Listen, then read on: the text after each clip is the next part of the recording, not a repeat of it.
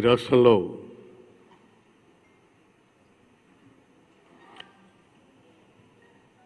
ఈఎస్ఐకి సంబంధించి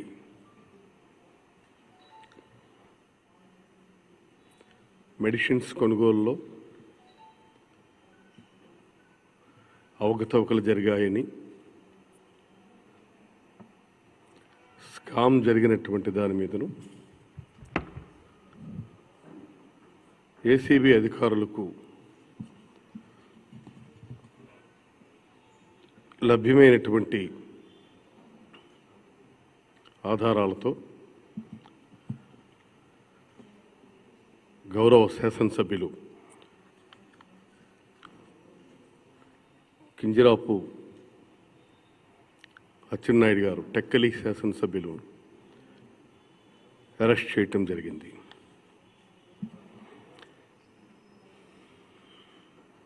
అయితే చాలామంది దాని మీదను ప్రొసీజర్స్ అబ్జర్వ్ చేయలేదని, మరికొంతమంది స్పీకర్ గారికి సమాచారం ఇవ్వలేదని,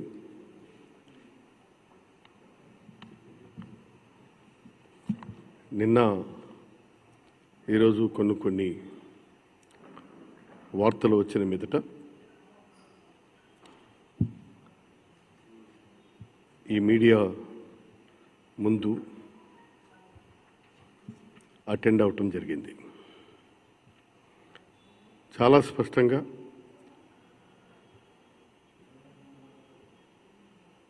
మొట్టమొదట message, during the course of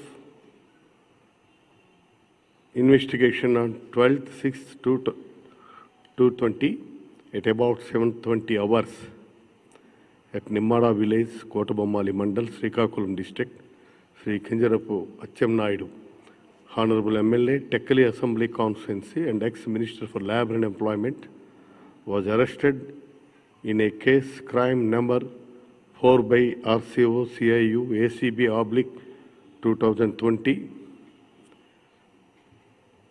by US 13(1) C.D. R/W 13(2) of PC Act 1988 and 13(1) A R/W 13(2) of PC Amendment Act 2018, Section 408, 420, 120 B IPC of ACB CIU AP. ఈ సెక్షన్స్ కింద వాళ్ళు కేసు పెట్టడం జరిగింది. Vijayawada in ESI IMS scam case. Honourable MLA is being produced before the honourable special court of SPE and ACB cases Vijayawada. This is for favour of kind information. Details follows. ఇది మొట్టమొదట DD ACB నుంచి నాకు వచ్చినటువంటి communication. ఇక రెండవది presence department నుంచి వచ్చింది. That is also presence department, district jail Vijayawada, remand prisoner 1573 Kinjarapu Atchannaidu, son of Dalinaidu, age 50 years in crime number 04 by RCO CIU ACB Vijayawada 2020 of Anti-Corruption Bureau CIU Vijayawada, sent to GGH Guntur through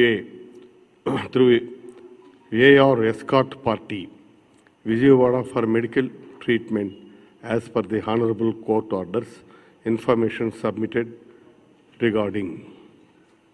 ఇది రెండోది jail department నుంచి వచ్చింది.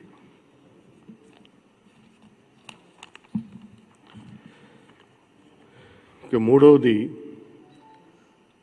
Office of the court of special judge, courts criminal arrest and remand of Shri Kinjarapu Atchannaidu, member of state legislative assembly, state of Andhra Pradesh, intimation as per Rule 17 of criminal rules of practice submitting regarding crime number 4 by RCO CIU ACB 2020 of Anti-Corruption Bureau CIU ACB Vijayawada Police Station registered for the offences under section 13(1) A, C and D, read with section 13(2) of Prevention of Corruption Act 1988 and under section 409, 420 and 120B of India Penal Code.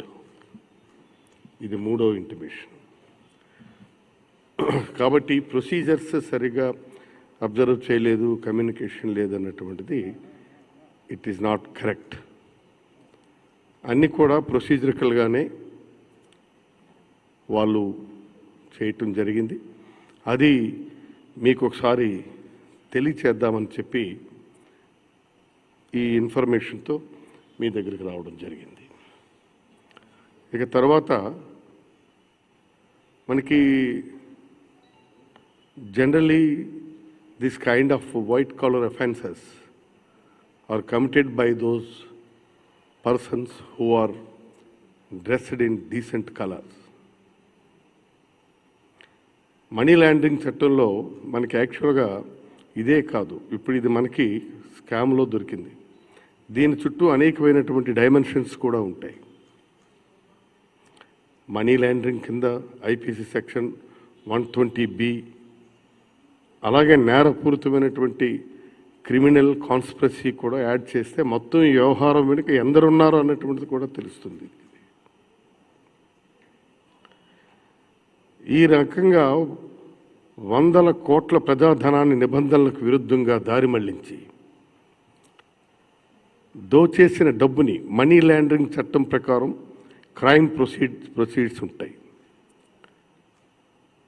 ఆ డబ్బుని నిష్కలంకమైన డబ్బుగా, అనగా అన్టైంటెడ్ డబ్బుగా చూపిస్తూ వివిధ లావాదేవీల్లో వాడుకునే మదుపు పెట్టి ఆస్తులు కూడబెట్టడం, ఇది చట్ట ప్రకారం చాలా పెద్ద నేరం. సెక్షన్ 4 దీనికి మామూలుగా 7 ఏళ్లకు తక్కువ కాకుండా ప్రొసీజర్స్ ప్రకారం ఇవి ఏ విధంగా పనిష్మెంట్స్ ఉంటాయన్నటువంటిది అది వాళ్ళ చట్టంలో పేర్కొన్నట్టుగా వాళ్ళు తీసుకుంటారు. ఇది అయితే ఈ విధంగా జరుగుతున్నటువంటి దాంట్లో పేపర్లో కూడా చాలా వరకు చూసాం.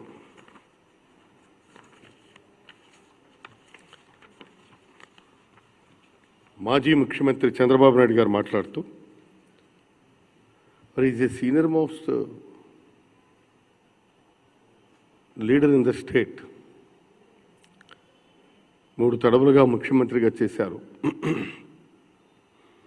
వారికి అపారమైన అనుభవం ఉందని చెప్పుకుంటారు. నేరాలకు బీసీలకు సంబంధం ఏమిటండి?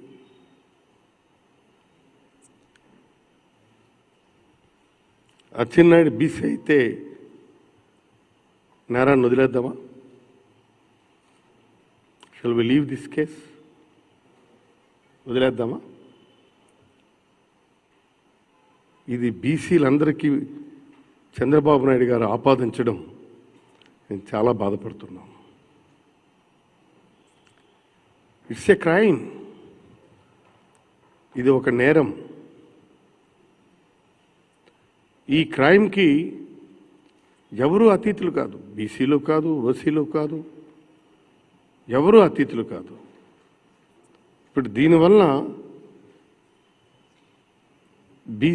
బీసీలని చెప్పి 10 సార్లు మాట్లాడుతూ ఈ నేరాన్ని బీసీలని చూపిస్తూ ఒక విధంగా బీసీలను అవమానిస్తున్నారు.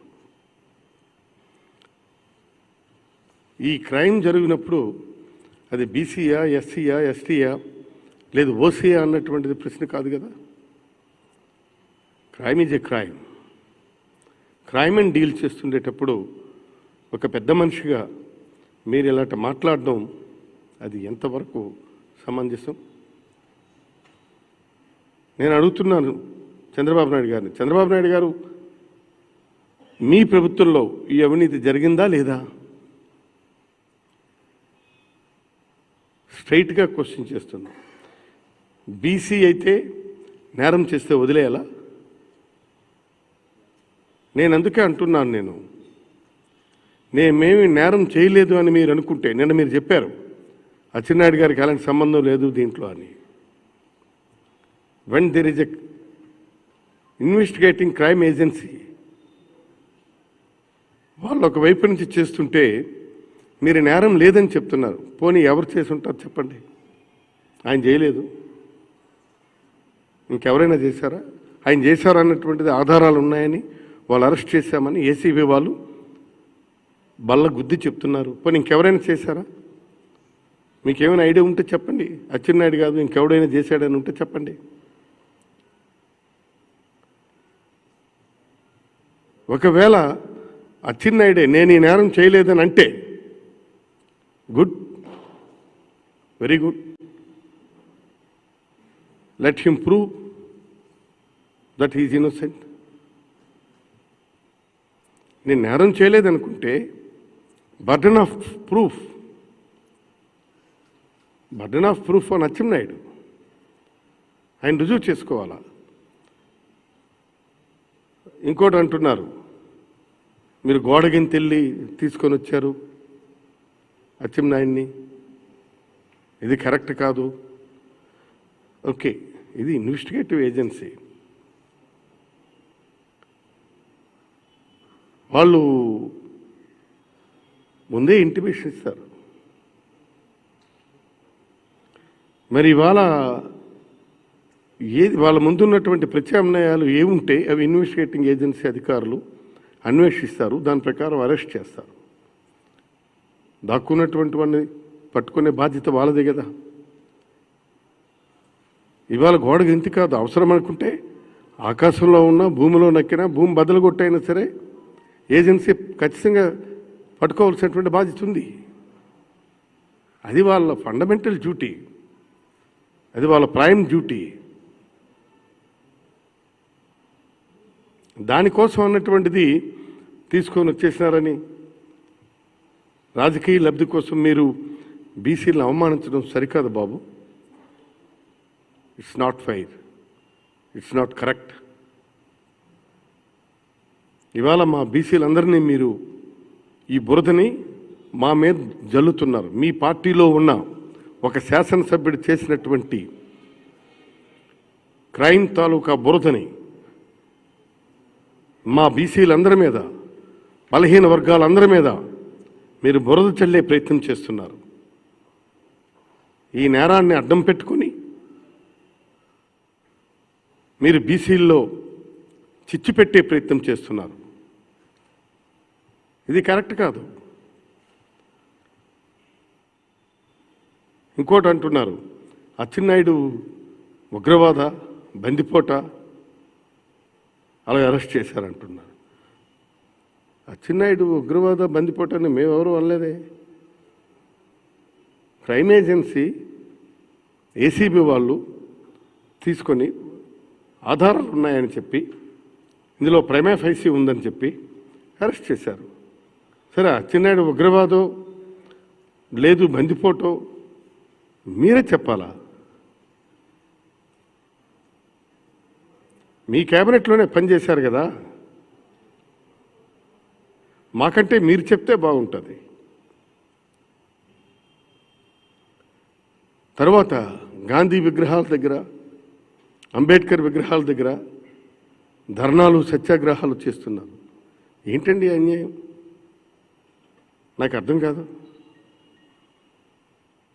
మీరు ఇవాళ ఒక నేరస్తుడిని తీసుకొని ఏమైనా స్వాతంత్రోద్యమంలో అసువులు బాసినటువంటి కుటుంబం ఇదంటే తీసుకొని వెళ్ళారు, నేరం చేశారు, తీసుకొని వెళ్ళారు.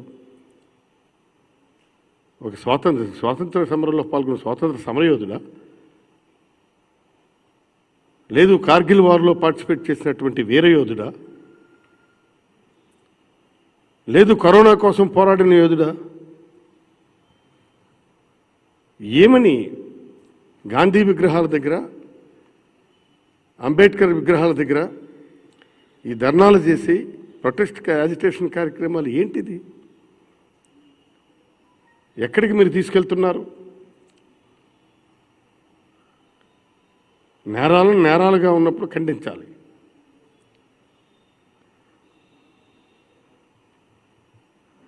ఇవి దానివల్ల ఆ మహనీయుల్ని మహాత్ముల్ని మనం అవమానించినట్లు కాదా ఇది?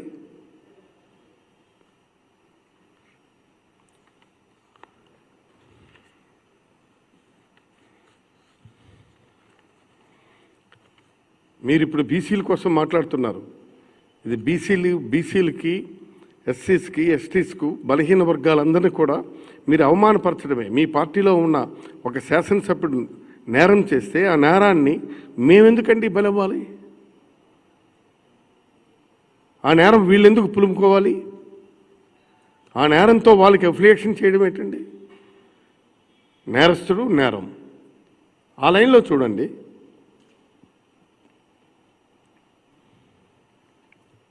మీరు అలా మాట్లాడితే బీసీలకు ఇంకా మీ మీద ఏ విధంగా నమ్మకం ఉంటుందండి?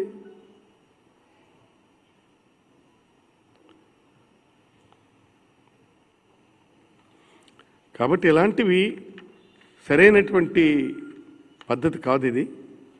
వీటిల్ని బాధ్యత కలిగినటువంటి వ్యక్తులు మనం ఖండించాలి. ఖండించకుండా మనం ఈ విధంగా చేయడం మూలంగా అది తప్పు కదా. రెండోది, ఇప్పుడు రేపు ఉదయం ఈ కేసులో పర్ఫెక్ట్గా డీల్ చేస్తే మనీ లాండరింగ్ కూడా అట్రాక్ట్ అవుతుంది, అలాగే మనీ లేయరింగ్ కూడా అట్రాక్ట్ అవుతుంది. మనీ లాండరింగ్ చట్టంలో సెక్షన్ 3 and 4 కూడా యాడ్ చేయాల్సి ఈ కేసుకు సంబంధించి. మనీ లేయరింగ్ అంటే అందులో వచ్చినటువంటి డబ్బుని ఎవరెవరి ఖాతాల్లో వేశాం, ఇవన్నీ కూడా చూడవలసి వస్తుంది. ఇది ఈ చట్టానికే మనీ లాండరింగ్ చట్టం అనుబంధంగా ఉన్నటువంటి 2వ పేరా పార్ట్ 2లో పేర్కొన్న ఆర్థిక నేరాలకు ఏకంగా 10 ఏళ్ళు తక్కువ లేకుండా జైలు శిక్ష ఉంటుంది. ఇది నేను ఎందుకు ఇవన్నీ చెప్తున్నానంటే, ఇంత పెద్ద నేరాన్ని డిటెక్ట్ చేస్తుండేటప్పుడు మనం వాళ్ళని ఈ బీసీలని తర్వాత ఎత్తుకొచ్చారని కిడ్నాప్ చేశారని ఈ విధమైనటువంటి ఆరోపణలు చేయడం సరైనటువంటిది కాదు. ఇది దీనికి సంబంధించి నాకు వచ్చినటువంటి సమాచారంలో వీళ్ళతో జతకట్టిన కొందరు టెక్కలి అక్రమ గ్రానైట్ మైనింగ్ లీజుదారులు, పాలిషింగ్ యూనిట్ల వాళ్ళు కూడా వీళ్ళ బ్లాక్ మనీ వైట్ చేయడంలో తోడ్పడ్డారన్నటువంటి ఆరోపణలు కూడా ఉన్నాయి. ఆ లైన్లో కూడా వాళ్ళు ఎంక్వైరీ చేస్తున్నారు. Of course that all should come to the facts. తర్వాత దీని మీదను మరొకసారి డిస్కస్ చేసుకోవచ్చు. కానీ నేనేమంటున్నానంటే, ప్రొసీజర్స్ ప్రకారమే అరెస్ట్ చేశారు, అరెస్ట్లో నాకు ముందుగానే ఇంటిమేషన్ పంపించారంటే, ఇప్పుడు మీరు అరెస్ట్ చేసే ముందు చెప్పాలి కదండి. అరెస్ట్ చేసే ముందు అభ్యర్థి దొరుకుతాడో లేదో తెలియదు కదా. ఇప్పుడు మనం ధర్నాలు చేస్తుంటాం, ధర్నాల్లో అరెస్ట్ చేసిన తర్వాత ఇన్ఫర్మేషన్ వస్తుంది. ఇప్పుడు కూడా అరెస్ట్ చేసిన తర్వాత మాకు ఇన్ఫర్మేషన్ పంపించారు, వెరీ మచ్ ఇన్ టైం. అందుకు దీన్ని మీకు క్లారిఫికేషన్ ఇవ్వాలనేటువంటి ఉద్దేశంతో ఇక్కడ ఈరోజు మన పాత్రికేయ మిత్రులకు, మీడియా సోదరులకు తెలియజేయాలని మీ దగ్గరికి రావడం జరిగింది.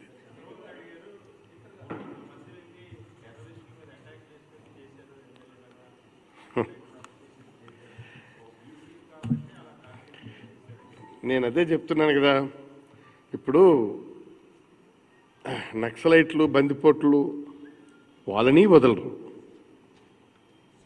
కరుడుగట్టిన నేరస్తుల్ని వదలరు, ఈ విధమైనటువంటి ఆర్థిక నేరగాలని వదలరు.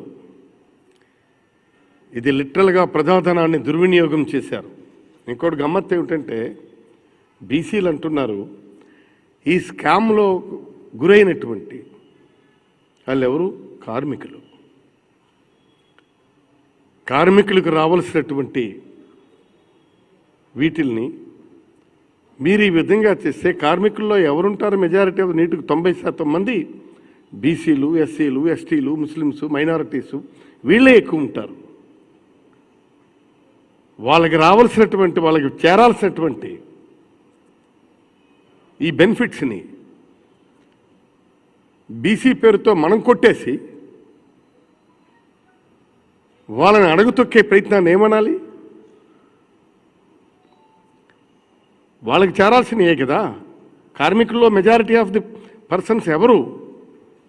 బీసీలు, ఎస్సీలు, ఎస్టీలు, మైనారిటీసు, క్రిస్టియన్సు, అణగారిన వర్గాలు, అట్టడుగు వర్గాలు వీళ్ళే కదా ఎక్కువగా. మరి వాళ్ళకి చెందాల్సినటువంటివి మనం ఈ విధంగా కొట్టేయటం మూలంగా ఏమంటారు? దీన్ని ఎలా బీసీ అని పెంచుకుంటారు? ఇది కరెక్ట్ కాదు. ఇది చంద్రబాబు నాయుడు గారు చెప్తున్నారు, వీళ్ళు ఒక వీళ్ళ మాదిరిగా, బందిపోట్ల మాదిరిగా, నక్సలైట్ తీవ్రవాదుల మాదిరిగా మీరు అరెస్ట్ చేశారు, కిడ్నాప్ చేశారు అంటున్నారు. వాళ్ళని వదలరు. ఇది ఈ విధమైనటువంటి క్రైమ్తో రిలేషన్ ఉన్నటువంటి వాళ్ళని వదలరు. వాళ్ళ డ్యూటీ వాళ్ళు చేస్తున్నారు.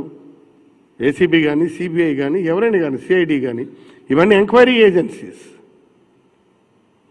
కాన్స్టిట్యూషనల్గా ఏర్పాటైనటువంటి ఎంక్వైరీ ఏజెన్సీస్, విచారణా సంస్థలు. ఈ విచారణా సంస్థలు వాళ్ళ ముందున్నటువంటి అన్ని ప్రత్యామ్నాయాలని వినియోగిస్తారు.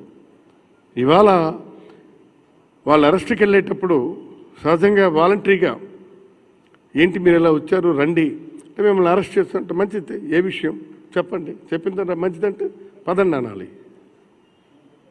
మరి మనం తలుపులు వేసుకుని కూర్చుంటే గోడలైనా గెంతుతారు, మేడలైనా గెంతుతారు, మిద్దెలైనా గెంతుతారు. అది వాళ్ళ డ్యూటీ.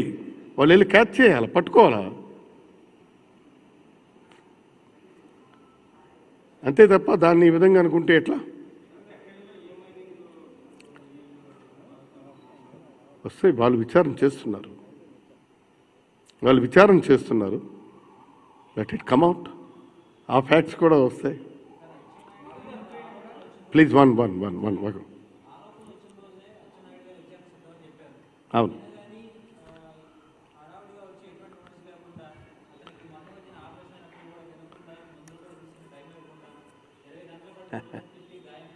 ఏడు గంటల 20 నిమిషాలకి మార్నింగ్ చేశారు. వాళ్ళకి there is a prior intimation. ఇక రెండవది మీరేమన్నారు ఇప్పుడు? Operation okay. అందుకే ఇమీడియట్గా CM himself is ordered him. ఒకటి తర్వాత రెండవది ఇంకోటి ఏమన్నారు మీరు? అచ్చెన్నాయుడు గారిని ఏదో అన్నారు మీరు అడిగే ముందు, విచారణ నిమిత్తం ఇంటిమేషన్ లేకుండా. ఆధారాలు స్పష్టంగా వాళ్ళకి దొరికిన తర్వాత, ఆధారాలు ఉన్నప్పుడు ఖచ్చితంగా వాళ్ళు స్ట్రైట్గా వెళ్ళి అరెస్ట్ చేయొచ్చు. ఎంక్వైరీ ఏజెన్సీస్కి ఉన్నటువంటి విశేషమైన అధికారం అది. వాళ్ళ దగ్గర స్పష్టమైన ఆధారాలు ఉన్నప్పుడు వాళ్ళు వెళ్ళి అరెస్ట్ చేయొచ్చు. మీకే బాధ వెళ్తే తెలుస్తుంది. ఇప్పుడు ఎన్ని కోట్లు వచ్చాయన్నటువంటిది వాళ్ళు చెప్తున్నారు. 100 కోట్లని, 150 కోట్లని, ఇవన్నీ ఉన్నాను. I let it comes out.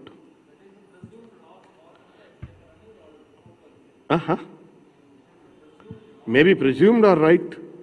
మనం అప్పుడే ఏముంది, ఇంక విచారణ పూర్తి కాలేదు కదా. విచారణ పూర్తయితే ఏ దాని కింద, ఏ సెక్షన్ కింద ఏది అట్రాక్ట్ అవుతుంది అన్నటువంటిది when they are filing the charge sheet. Before filing the charge sheet you can't say like this. వాళ్ళు చార్జ్ షీట్ ఫైల్ చేసినప్పుడు కదా ఇవన్నీ ఏ సెక్షన్స్ కింద, దీని కింద ఇది కేసు అట్రాక్ట్ అవుతుంది అన్నటువంటిది ఫైలింగ్ ఆఫ్ చార్జ్ షీట్లో ఇవన్నీ వస్తాయి.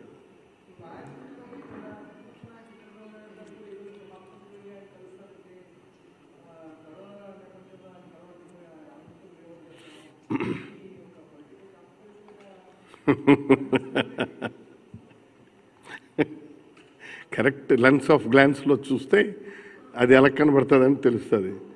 మనం ఒక ప్రియాక్యుపైడ్ మైండ్తో చూస్తే అట్లాగే కనిపిస్తుంది.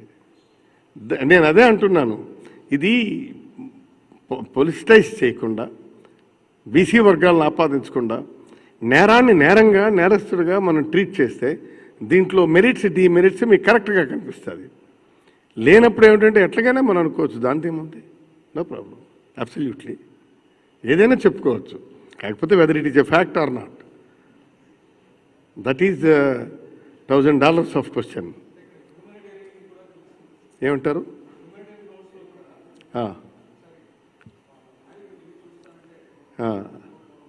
అక్కడ ఉన్నటువంటి సర్కమస్టెన్సెస్, ప్రివైలింగ్ సర్కమస్టెన్స్ ఏంటో మీకు నాకు తెలియదు కదా. అది ఏంటి చెప్పండి. అలాగే ఎల్లుండి మనం వెళ్తున్నాం కదా, దానికి కాదు కనిపించేదాన్ని గట్టెక్కి చూడడం ఎందుకు? ఏమంటారు? నాకు అర్థం కాల. So because of this covid and corona దృష్టిలో పెట్టుకొని, కరోనాని దృష్టిలో పెట్టుకొని governor would like to address both the houses on video conference. Remaining ఇదేం లేదు. మీరు ఆయన కోరుకున్నారు అది. సో వెన్ గవర్నర్ సెడ్ ఆయనే అడ్రస్ చేయాలా, అందుకు మనం ఆ విధంగా తీసుకోవాల్సి వచ్చింది అన్నటువంటిదే నా అభిప్రాయం.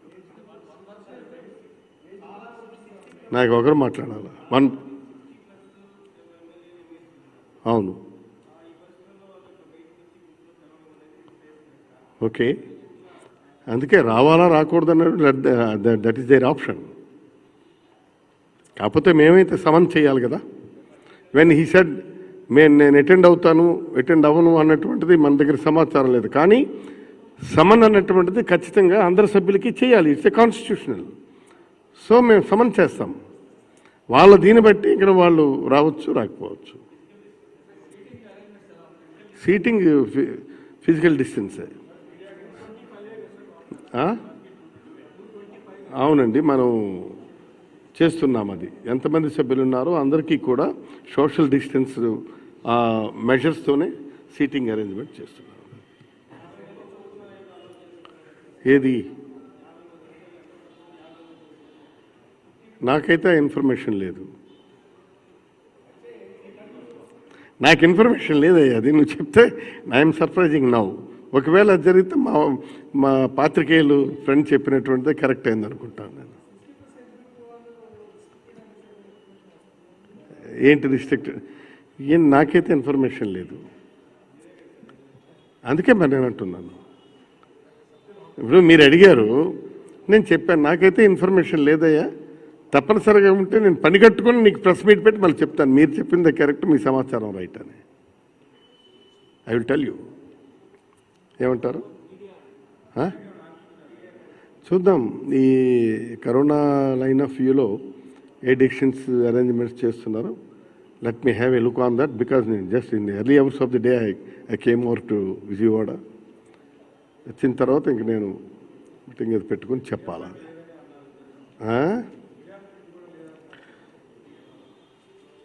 లేకపోవచ్చు.